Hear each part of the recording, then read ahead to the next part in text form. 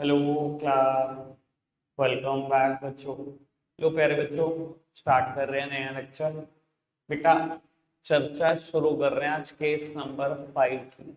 4 case तो हमने discuss किए हैं, होपफुली सारे समझ में आ गए होंगे। आज केस नंबर 5 का डिस्कशन स्टार्ट कर रहे हैं। आप आपको पहले एक एग्जांपल लिख लो केस नंबर 5 में, फिर मैंने कुछ बात बतानी है तो सॉल्यूशन करेंगे। सॉल्यूशन में स्टार्ट करना खुद से, ठीक है? चलो।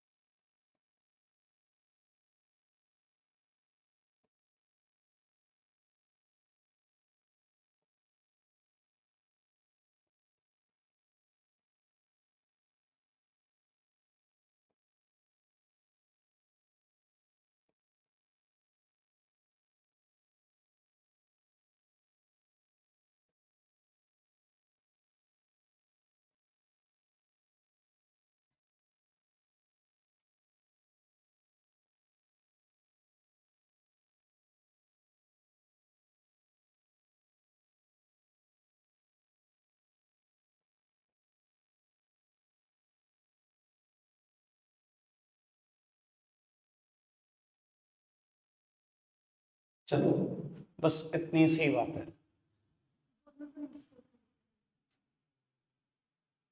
अरे यार, कल भी दिक्कत कर रही 23। बेटा ये ना सबसे मुश्किल केस है। और मतलब वैसे ऐसा तो कुछ भी नहीं है, पर पांचों केस में सबसे मुश्किल है। बात सुनना और समझना, सब सामने देख रहे हैं, कोई कुछ नहीं लिखेगा। बेटा केस नंबर 2 पता है क्या था? ये एज इट इज गिवन है और एडिशनल इन्फो नहीं है। केस नंबर 2 ये था। ऐसे केसेस में मैं क्या करता हूँ, इन दोनों से कंपेयर करके परचेज या sale of plant and machinery निकाल लेता था, और इन दोनों को कंपेयर करके depreciation of the current year निकाल देता था, जिसको हम डैप ड्यूरिंग द ईयर बोलते हैं।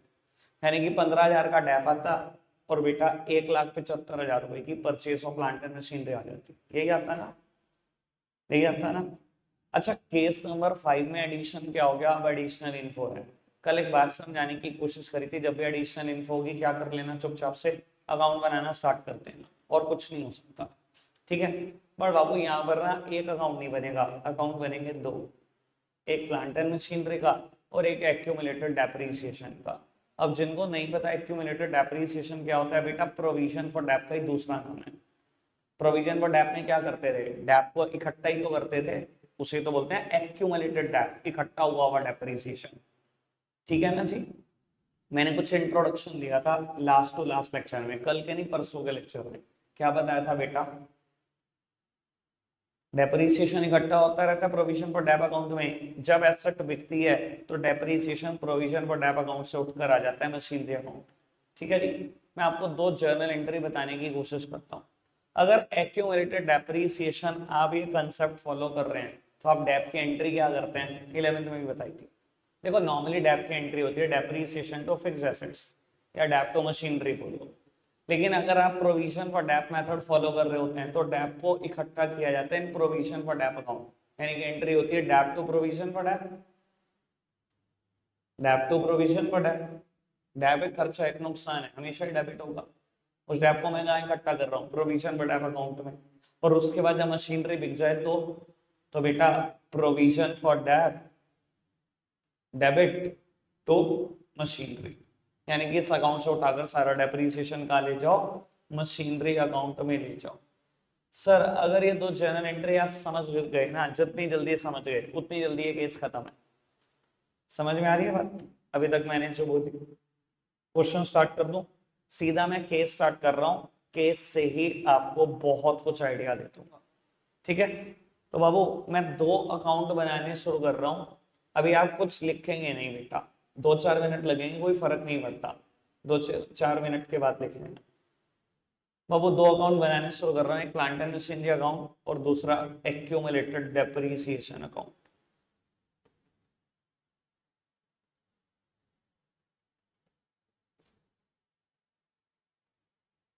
सब सामने देखेंगे।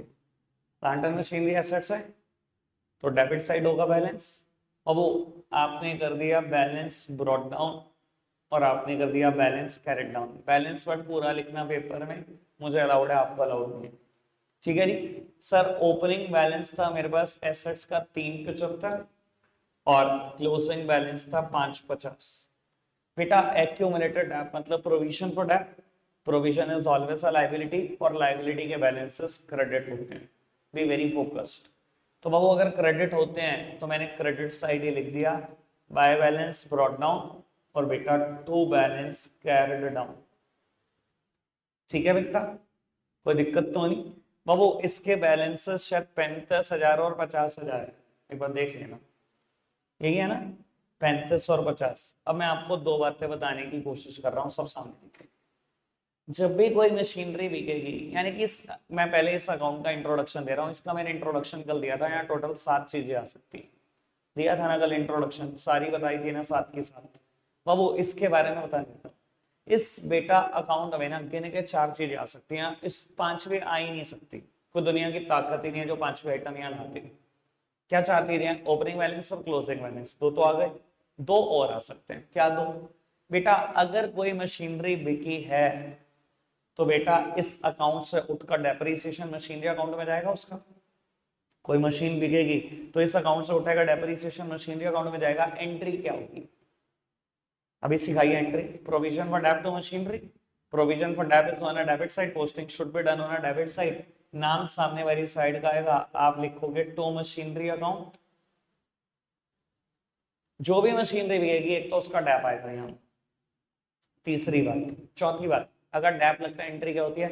Depp to provision for dep, provision for dep is on a credit side, posting should be done on a credit side. नाम सामने वाली साइड का आएगा, बाय डेप्रिसिएशन अकाउंट।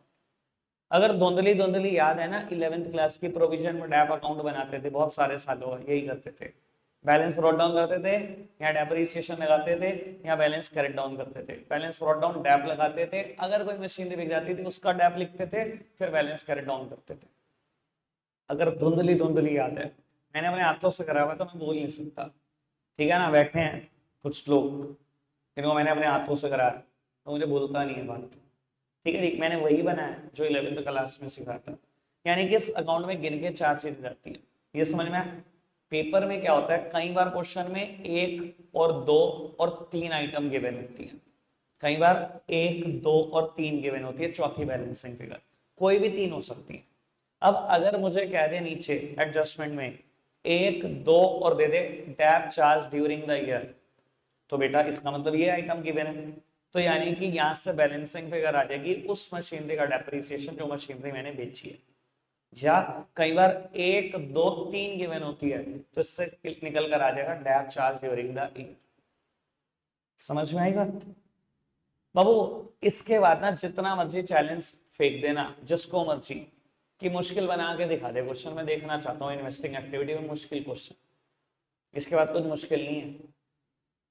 अगर आपको ये 4 बातें समझ में आ गई ना, इसके बाद कुछ मुश्किल ही नहीं है। अब कर दो मैं इस क्वेश्चन को सॉल्व। बेटा आपने लिखा हुआ है एक मशीनरी जिसकी कॉस्टिंग 60,000 थी, उस पर कितना डेप्रिसिएशन लगा? 20,000 और बाद में वो 50 की बेची, यही करा ना? प्लीज सामने देखना। बाबू एक मशीनरी जिसकी कॉस्ट 20,000 है, उस पर डैप लगा, सॉरी एक मशीन जिसकी कॉस्ट 60,000 है, डैप लगा 20,000, यानी कि बुक वैल्यू कितनी थी? 40,000। ये टर्म याद रखनी है बुक वैल्यू, क्योंकि कई क्वेश्चन में ना डायरेक्टली बुक वैल्यू गिवन होती है, तो कंफ्यूज मत हो जाना बुक वैल्यू क्या होती है। जिस मशीनरी पे मैं जो जिस कॉस्ट पे मैंने मशीनरी खरीदी, डैप माइनस करने के बाद जो आता है वो बुक वैल्यू है। मतलब बुक वैल्यू का मतलब क्या होता है? जिस वैल्यू पे मैंने बुक्स में दिखाया हुआ है। 40 की चीज मैंने 50 में बेच दी, मतलब मुनाफा कमा लिया, profit on sale of asset. पक्की बात। तो रिकॉर्ड करना शुरू करूं फटाफट से। अच्छा एक बात बताओ, ये 20,000 उस मशीनरी का डेप्रिसिएशन है जो बिकी, उस मशीनरी का डेप्रिसिएशन है जो बिकी।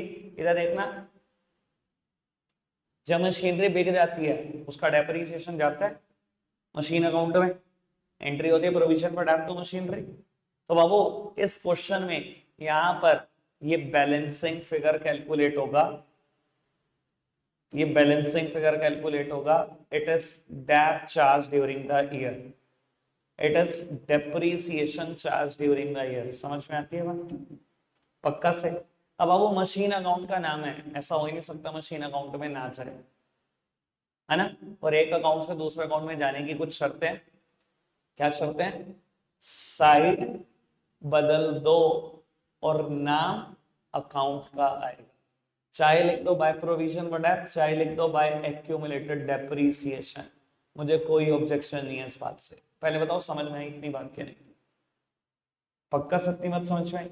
चाहे जर्नल एंट्री से भी सोच सकते हो। एंट्री क्या करी, जब मशीनरी बिकी उसका डेप मशीनरी अकाउंट में लेके जाते हैं, एंट्री होती है provision for dep to machinery. Machinery on a credit side, posting should be done on a credit side, नाम सामने वाली साइड का आया बाय प्रोविजन फॉर डेप्ट, जिसको हम एक्यूमुलेटेड डेप्ट बोलते हैं। चाहे जर्नल एंट्री से सोच लो, चाहे लेजर टू लेजर सोच लो, बात सेम। ठीक है। अब मैंने कितने की बेच दी मशीनरी? 50 की। बाबू सेल ऑफ मशीनरी से पैसे आए होंगे बिजनेस में, बाय बैंक या बाय कैश, जो भी लिखना चाहो लिख सकते हो। ठीक है। इसके अलावा 10,000 का प्रॉफिट हुआ, तो profit and loss account gain on sale of asset 10,000। अब तक कोई दिक्कत? सब कुछ लिख दिया, बैलेंसिंग फिगर निकालो। भाई इसकी तो बैलेंसिंग फिगर मैंने एडवांस में निकाल दी बैलेंस करके, इसकी भी निकाल लो बेटा। इस साइड का टोटल 385, इस साइड का टोटल 550, 6 और 620, हाईएस्ट क्या है? 620।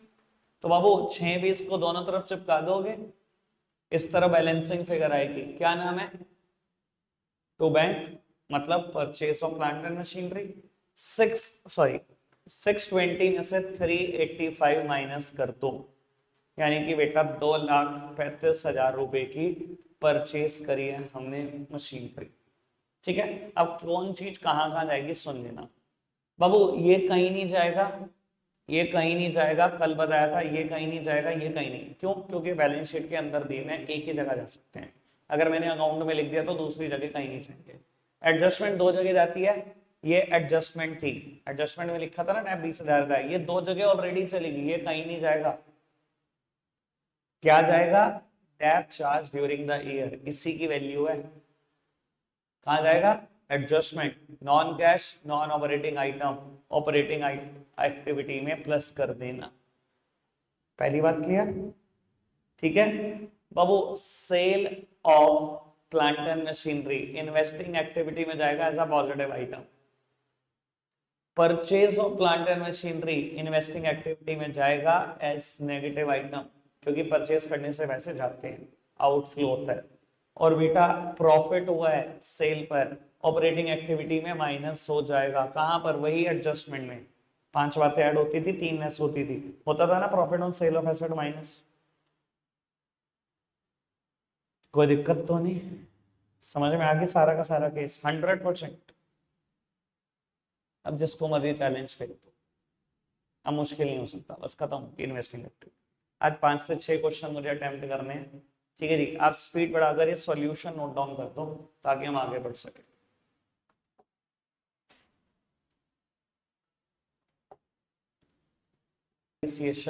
दोबारा समझा देता हूँ। इस अकाउंट में बेटा गिन के 4 चीजें आ सकती हैं। एक्यूमुलेटेड डेट मतलब provision for dep, provision is a liability, तो ओपनिंग बैलेंस हमेशा क्रेडिट, देन बेटा ये भी क्रेडिट बैलेंस। ठीक है ना बाबू। उसके बाद गिन के 4 चीजें आ सकती हैं, एक तो ओपनिंग और क्लोजिंग बैलेंस आ सकता है, वो तो चिपका दिया, और 2 ही बातें आ सकती हैं। अभी मैंने दोनों बातें दोनों जर्नल एंट्री से समझाने की कोशिश करी। अगर बेटा प्रोविजन फॉर डेप मेथड आप फॉलो कर रहे हो, डेप लगाते हो, एंट्री क्या होती है? Dep to provision for dep. अगर इस एंट्री में provision for dep credit side पर है तो पोस्टिंग क्रेडिट साइड पर होगी, नाम सामने वाली साइड का आएगा। सामने क्या लिखा है? Depreciation account. तो एक तो ये आ गया dep charge during the year, जो पूरे साल भर में डैप लगता है वो ये आता है। तो अब वो चौथी चीज बचती क्या है बेटा, जब कोई मशीनरी बिकती है तो उसका डेप्रिसिएशन इस अकाउंट से उठकर मशीन अकाउंट में जाता था। एंट्री करते थे provision for dep to machinery, provision for dep is on a debit side, posting should be done on a debit side, नाम सामने वाली साइड का आएगा, मतलब टू मशीनरी। और अगर मशीनरी आई गया है तो बाबू मशीनरी अकाउंट में तो कंफर्म जाएगा, और एक अकाउंट से आने की दूसरे अकाउंट में जाने की दो शर्तें, साइड बदल दो नाम अकाउंट का आएगा, बस ये। ठीक है जी। अब बाबू without a further delay back to back 5 to 6 question करने हैं। सबसे पहला क्वेश्चन कर रहे हैं इलस्ट्रेशन नंबर 18। बाबू एक बार पढ़ना, कहते हैं from the following particular calculate cash flow from investing activity. पहली ट्राई हर क्वेश्चन में आपकी होगी, जो नहीं होगा वो मैं, क्योंकि बेटा मैं ना हाथ पकड़ सकता हूँ, पेपर नहीं दे सकता आपका बोर्ड का, और मैंने हाथ बहुत देर तक पकड़ के रखा है आपका, सब कुछ समझा दिया जितना कुछ हो सकता था। आराम से क्वेश्चन ठंडे दिमाग से रीड करना, रीडिंग भी मैंने सिखा रहा। बस इस क्वेश्चन में एक हिंट दे देता हूं, ये डेटा दो डिफरेंट ईयर का नहीं है। अगर प्लांट खरीदा है तो आउटफ्लो है, जेब से पैसा गया होगा इन्वेस्टिंग एक्टिविटी में, और अगर प्लांट बेचा है तो पैसा आया होगा, ये पॉजिटिव आइटम रिकॉर्ड होगी। जहां जहां पे भी परचेज है पैसा गया, जहां जहां पे भी सेल है पैसा आया है। ये 5-6 आइटम तो ऐसे ही सॉल्व हो गई, सिंपल। बाकी आप एडजस्टमेंट देख लेना किसका क्या करना है। ठीक है जी, पहली ट्राई आपकी है, नहीं होगा तो बताएंगे। ठीक है, एक बात और ध्यान रख लेना, फिलहाल इस क्वेश्चन में ऐसा कुछ है नहीं बाबू।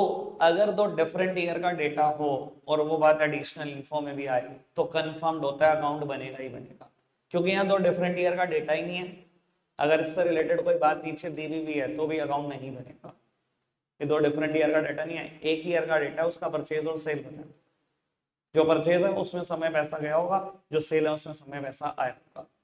बाकी एडजस्टमेंट आप खुद सोचना, करो ट्राई। सिर्फ 2 से 3 मिनट है, क्योंकि मैं चाहता हूं आप पर्टिकुलर कुछ भी मत लिखो, सिर्फ फिगर प्लस और माइनस लिख दो। ठीक है, सिर्फ फिगर्स लिख दो प्लस और माइनस, 2 मिनट है आपके पास, स्टार्ट हो जाओ बेटा। चर्चा शुरू करते हैं। तो बाबू ये फिगर आपने माइनस में दिखाई होगी, ये पॉजिटिव, ये माइनस में, अगेन ये पॉजिटिव, ये माइनस में, ये पॉजिटिव। 6 फिगर में तो कोई दिक्कत ही नहीं है बाबू। इंटरेस्ट रिसीव हुआ, रिकॉर्ड करेंगे एज अ पॉजिटिव आइटम। अभी इन दोनों को छोड़ो 1 मिनट के लिए। Interest paid on debenture issue, Babu debenture कहता है डिबेंचर इशू करे तो उस पर ब्याज दिया, बाबू ये फाइनेंसिंग एक्टिविटी है। अगर मैंने डिबेंचर इशू किया था तो फाइनेंसिंग में जाएगा, तो उसका अगर मैंने इंटरेस्ट दिया तो वो भी तो फाइनेंसिंग है। तो बाबू इसका यहाँ पर कुछ नहीं होना इन्वेस्टिंग एक्टिविटी में। कहता है डिविडेंड रिसीव हुआ शेयर पे जो इन्वेस्टमेंट के तौर पे रखे हुए हैं 20,000, ये भी पॉजिटिव आइटम।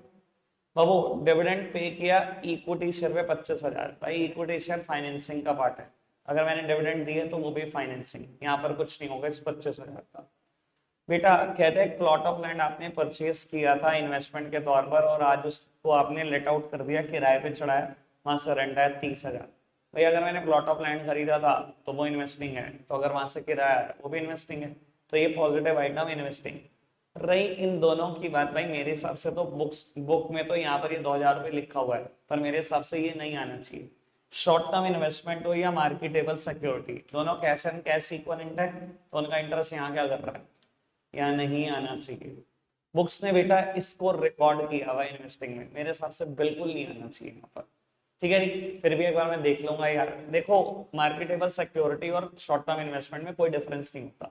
मैं आपको इसी बुक में लैंग्वेज दिखा सकता हूँ, 10 जगह पे दिखा सकता हूँ, यहाँ लिखा हुआ है शॉर्ट टर्म इन्वेस्टमेंट और मार्केटेबल सिक्योरिटी, मतलब ये दोनों एक ही तो बात होते हैं। आप कैसे कह सकते हो एक को दिखा दो दूसरे को ना दिखाओ, दोनों का ट्रीटमेंट ही सेम होता है। समझ में आई बात? तो ये रिकॉर्ड मत करना अभी मेरे हिसाब से। ठीक है जी, फिर भी मैं एक बार थोड़ा सा रिसर्च कर लूं क्या कहते हैं ये, फिर देखता हूं। ठीक है, बाकी सब क्लियर, सबने सही किया, बाकी सब सही किया। ठीक है जी बाबू, आगे बढ़ाते हैं बात को। 19 और 20 आपने कर लिया है होमवर्क में ही, 21 से स्टार्ट करते हैं। बढ़िया क्वेश्चन, बहुत ही प्यारा क्वेश्चन। 1 मिनट के लिए बस एक हिंट दूंगा, सब सामने देखना। ये हिंट ऑलरेडी मैंने दिया हुआ है। जैसे कि बेटा प्रीवियस ईयर में 8 लाख रुपए के आपने शेयर खरीदे हुए थे किसी कंपनी के, मीको लिमिटेड, और अगले साल आप देखते हो वो 18 लाख हो गए, मतलब 10 लाख के एडिशनल परचेस करें हैं शेयर, नेगेटिव आइटम रिकॉर्ड होगा ही होगा। बाबू अगर ये डेट ऑफ परचेस गिवन ना हो तो क्या मानिए, हमेशा फाइनेंशियल ईयर का आखिरी दिन। ये आ चुकी है बात जब डिवेंचर का इंटरेस्ट और हमने लॉन्ग टर्म इन्वेस्टमेंट पे इंटरेस्ट रिसीव किया था, आ चुकी है ना बात। तो बाबू क्या मानूंगा, 31 मार्च 23 ही मानूंगा इस 10 लाख के इन्वेस्टमेंट करने का टाइम, है ना। जब भी ध्यान रखें इस पूरे चैप्टर में डेट ना गिवन हो तो हमेशा फाइनेंशियल ईयर का आखिरी दिन ही है। ठीक है जी, बस इतना ही हिंट दे सकता था, इससे ज्यादा नहीं। आप ट्राई करो, क्वेश्चन नहीं होगा तो मैं करूँ, स्पीड बढ़ा लो, कर दो। बाबू मैं सॉल्यूशन का छोटा सा पार्ट डिस्कस कर देता हूं आपसे, आप सब सामने देखना। बेटा पहले ना क्वेश्चन पूरा रीड करा करो, जैसे मैं हमेशा सिखाता हूँ। पूरी पार्टनरशिप की बुक याद कर लो, हमेशा क्या चर्चा की है आपसे। क्वेश्चन पूरा रीड करो, जब तक खाली ये रीड करके सॉल्व करोगे आपको कैसे पता लगेगा किसका अकाउंट बनाना है या नहीं। अगर वो टर्म एडिशनल इन्फो में आएगी तो अकाउंट बनाना पड़ेगा नहीं। अब बाबू यहाँ इन्वेस्टमेंट करी थी आपने मीको के शेयर में, नीचे ना एडजस्टमेंट के तौर पे सिर्फ ये है कि 9% डिविडेंड मिला है आपको मीको से, इसके लिए कोई अकाउंट बनाने की जरूरत नहीं है। ठीक है सर, पहले 8 लाख की इन्वेस्टमेंट थी, अब 18 की हो गई, 10 लाख रुपए गए जेब से। जब इन्वेस्टमेंट करी होगी 10 लाख जेब से करे होंगे। अब बाबू ये 10 लाख इन्वेस्टमेंट की डेट क्या मानू, अभी मैंने हिंट दिया था 31 मार्च 23, यानी कि पूरे साल भर में 8 लाख की तो इन्वेस्टमेंट रही, आखिरी दिन ही तो 18 लाख हुई। अब 8 लाख पे तो डिविडेंड मिलेगा, एक दिन का थोड़ी कोई डिविडेंड देगा, पूरे साल रखने का तो डिविडेंड देगा। 8 लाख का 9%, यानी कि 72,000 रुपए मुझे डिविडेंड रिसीव हुआ होगा। मैंने सामने देख लेता हूँ, 72,000 रुपए का मुझे डिविडेंड रिसीव हुआ होगा, समझ में आई बात। सर पहले 5 लाख रुपए की नॉन करंट इन्वेस्टमेंट थी, अब 1.5 लाख की हो गई, मतलब 3.5 लाख की मैंने बेच दी। बेचने की डेट ना पता हो तो क्या करूं, आखिरी डेट पॉजिटिव आइटम। सर बिना कहे यहां पर इंटरेस्ट डिविडेंड जो कहो वो रिसीव कर लेना, क्यों, रेट गिवन है, कोई आपको आगे स्पेशल इनविटेशन नहीं देगा। ठीक है जी। सर अगर मैंने आखिरी डेट पर ही बेची है 3.5 लाख की इन्वेस्टमेंट, मतलब पूरे साल 5 ही लाख रुपए की इन्वेस्टमेंट रही है, 5 लाख का 12%, 60,000 रुपए ये भी मिले होंगे। ठीक है, प्लांट एंड मशीनरी से रिलेटेड बात नीचे है, इसका अकाउंट आपने बनाया होगा, जो भी आया होगा इफेक्ट वो आप देखो, कुछ ना कुछ परचेज हुआ होगा प्लांट एंड मशीनरी, कुछ ना कुछ सेल हुआ होगा। कितनी फिगर आई परचेज की, बैलेंसिंग फिगर आई होगी 2,45,000, ठीक है। 2,45,000 के मैंने प्लांट एंड मशीनरी खरीदे, बेचे कितने के हैं, 40 का बेचा है, तो पॉजिटिव आइटम 40, 2,90,000 कंफर्म, बुक में भी 45 है, वो कह रही 290। अब मैं अकाउंट बनाऊंगा इसका भी, 4 lakh, 6 lakh, 50,000, dep during the year दिखा होगा 55,000 रुपए का, 40,000, 5,000, 2,90,000 आया होगा, तो 90 है। इतने में तो मैंने अकाउंट बना लिया, इसकी बुक खोली। बाबू गुडविल 40 से 1,20 हो गई, मतलब गुडविल खरीदी है, 80,000 रुपए की गुडविल खरीदी है, पैसा जेब से गया होगा, यही कुछ हुआ होगा। किसने बिल्कुल ठीक किया, 100%, 100% ठीक कर दिया क्वेश्चन। एक बच्चा, क्या हो गया भाई, ऐसा मैंने क्या करा दिया।